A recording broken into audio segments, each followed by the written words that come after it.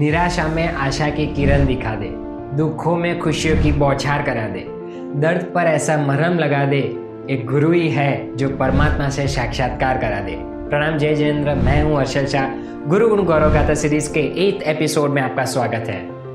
आज की बात है सिद्धार्थ भाई की। जब वो परम पूज्य गुरुदेव श्री विक्रम सुरीश्वर जी महाराज साहब से मिलने गए, तब गुरुदेव ने कहा कि उनकी इच्छा भद्रेश्वर तीर्थ दर्शन करने की है, लेकिन कुछ कारणों की वजह से उनका अभी वहां जाना संभव नहीं हो पा रहा है।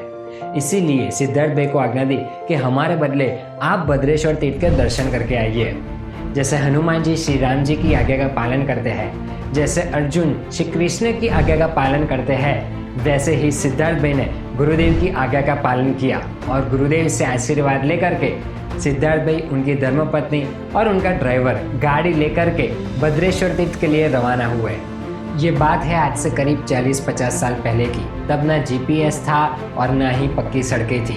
जंगल के कच्चे रास्तों में से होकर के ही जाना पड़ता था और जंगल के इसी कच्चे रास्तों में से गुजरते वक्त सिद्धार्थ भाई की गाड़ी में पंचर पड़ गया।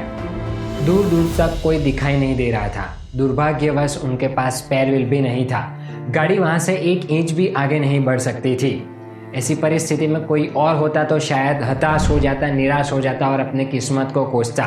लेकिन सिद्धार्थ भाई और उनका परिवार गाड़ी में ही बैठे रहे और गुरुदेव का नाम स्मरण करना शुरू कर दिया।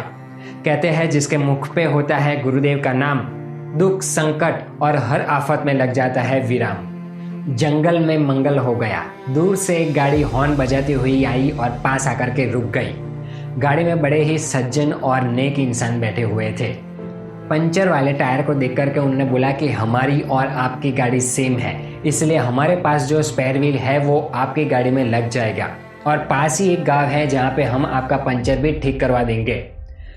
ड्राइवर ने तुरंत ही वो स्पेयर व्हील को फिट कर दिया। पास वाले गाँव में गए। वो सज्जन व्यक्तियों ने अपने ही पैसों से सिद्धार्थ भाई और उनके परिवार को चाय नाश्ता भी करवाया और उनका पंचर भी ठीक करवा दिया।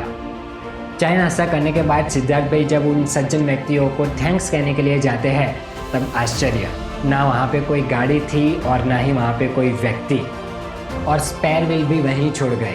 ये लोग कौन थे और इन्हें किसने भेजा था, ये अब तक आप समझ ही चुके होंगे। ऐसे गुरुदेव के चरणों में कोटि कोटि वंदन। नेक्स्ट वीक फिर एक बार गुरुदेव के चमत्कार की बात के साथ उपस्थित होंगे। तब तक के लिए stay connected with us and thank you so much.